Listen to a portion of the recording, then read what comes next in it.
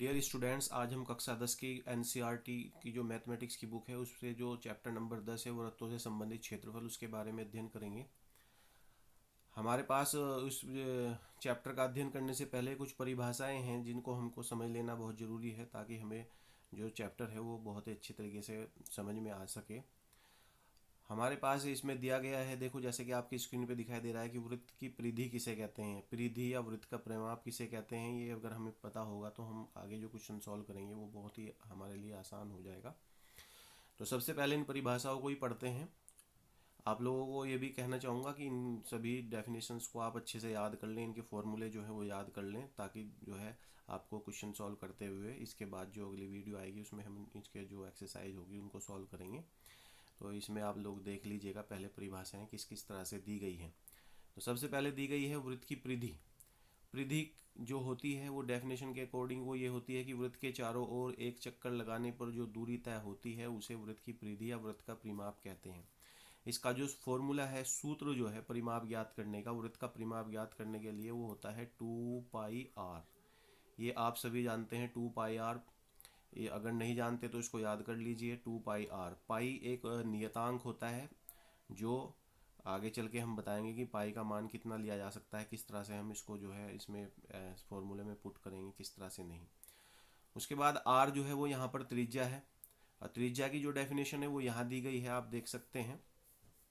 वृत्त की त्रिज्या जो है वो ये है, आप देख रहे हैं परिभाषा, ये वृत्त का सेंटर है और यहाँ से यहाँ तक की जो दूरी है, ये परिधि तक की जो दूरी है, यानी इसके केंद्र से, वृत्त के केंद्र से वृत्त की परिधि तक की जो दूरी होती है उसको वृत्त की त्रिज्या कहते हैं।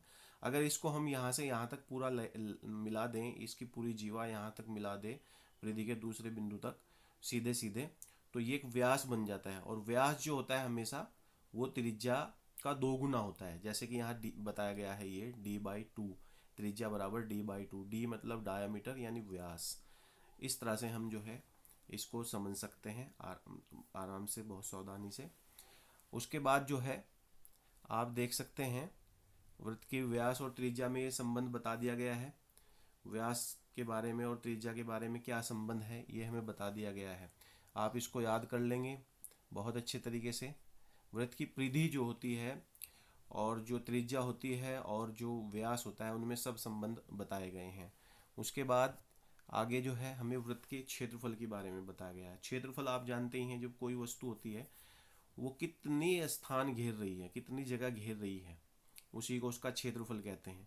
तो अगर हमारे पास वृत्ताकार कोई वस्तु है और उसका हमें क्षेत्रफल ज्ञात करना है तो उसका सूत्र ये हमें दिया गया है। ये सूत्र होता है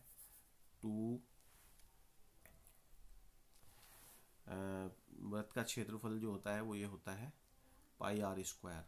पाई और आर हम जानते हैं, आर जो है त्रिज्या है और पाई एक नियतांक है, तो πr², इसको याद रखेंगे अच्छी तरीके से। उसके बाद अर्धवृत्त की बात करते हैं।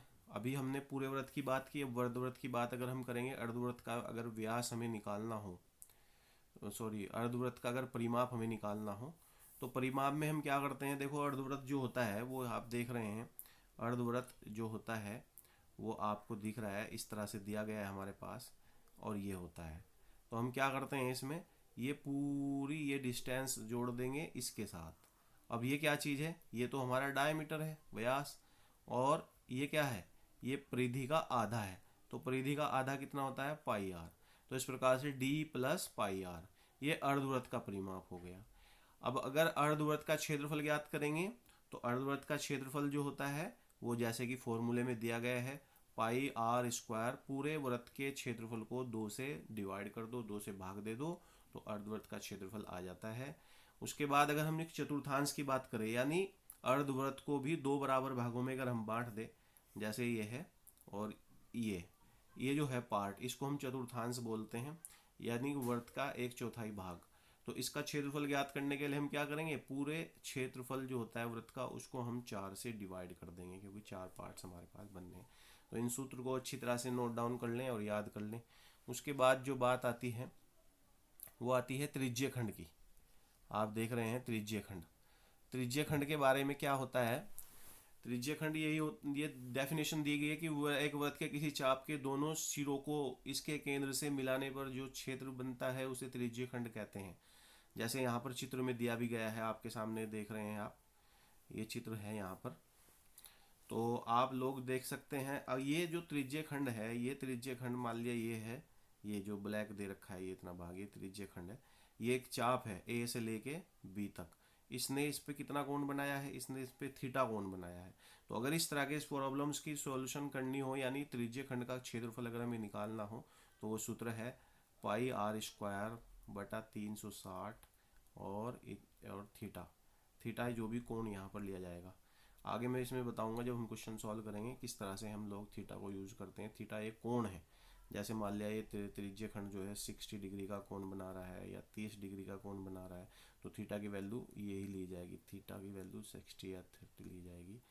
उसके बाद हम देख सकते हैं, अगर त्रिज्य खंड की बात करें, यानी यहाँ पर दो त्रिज्य खंड बन रहे हैं। एक त्रिज्य खंड ये था नीचे वाला, अभी हमने इसका सूत्र पीछे पढ़ा, इसका सूत्र क्या था, पाई आर स्क्वायर थीटा और बटा 360। लेकिन अगर हमें इस बड़े वाले का निकालना हो तो हम क्या करेंगे, इसमें से हम अगर हम बड़े त्रिज्य खंड का क्षेत्रफल निकालें, यानी दीर्घवृत्त त्रिज्य खंड का क्षेत्रफल निकालना चाहें, तो हम यहाँ पर क्या कर देंगे, हम यहाँ पर करेंगे पाई आर स्क्वायर पूरे वृत्त में से घटा दो थीटा अपोन 360 और इंटू पाई आर स्क्वायर।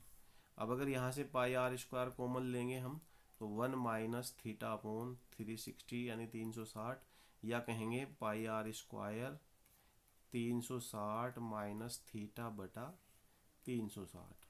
तो इस तरह से हमारे पास ये फॉर्मूला बन गया है। यहाँ पर ये फॉर्मूला जो दिया गया है इसको नोट कर लेंगे आप। उसके बाद बात आती है वृत्तखंड की। वृत्तखंड क्या है, वृत्त के किसी जीवा द्वारा विभाजित वृत्त के खंड को वृत्तखंड कहते हैं। जैसे मान लिया हम कोई वृत्तखंड बना रहे हैं, मान लिया, देखो मैं एक आपको वृत्त बना के दिखा देता हूँ। ये है यहाँ पर, ये कोई वृत्त हो गया और यहाँ एक जीवा ऐसे चली गई, तो इस जीवा ने इस वृत्त को दो भागों में बांट दिया, एक ये और एक ऊपर वाला। तो इन दोनों को हम वृत्तखंड कहते हैं। इनमें एक छोटा है, ये बड़ा है, तो इसको हम कहेंगे दीर्घ वृत्तखंड। और ये जो नीचे है इसको हम कहेंगे लघु वृत्तखंड। तो इनका भी हमें क्षेत्रफल ज्ञात करने का फॉर्मूला बताया गया है।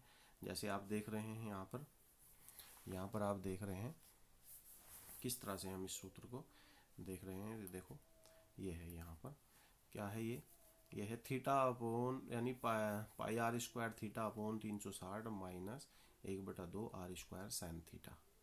इसे भी आप याद कर लेंगे, आगे जब याद हो जाएंगे तो फिर फॉर्मूले यूज़ कर करके कैसे क्वेश्चन सॉल्व करते हैं वो दिख जाएगा हमको। उसके बाद बात करते हैं दीर्घवृत्तखंड का क्षेत्रफल अगर निकालना हो तो वृत्त का क्षेत्रफल में से लघु वृत्तखंड का क्षेत्रफल आप ज्ञात कर, मतलब माइनस कर दीजिए, और ये फॉर्मूला हमको जो है वो इसको सॉल्व करने में सहायता प्रदान करेगा।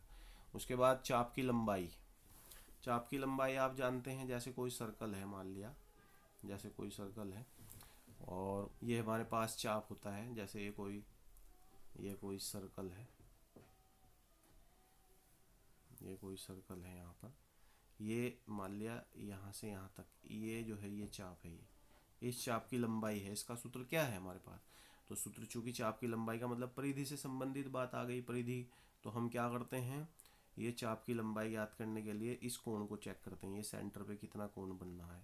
तो सेंटर पे जो कोण बनेगा उस कोण को ध्यान में रखते हुए हम फॉर्मूला लगाएंगे, पाई 2 पाई आर अपोन 360 गुना थीटा, और या कहेंगे तो 2 से डिवाइड अगर हम कर देंगे तो पाई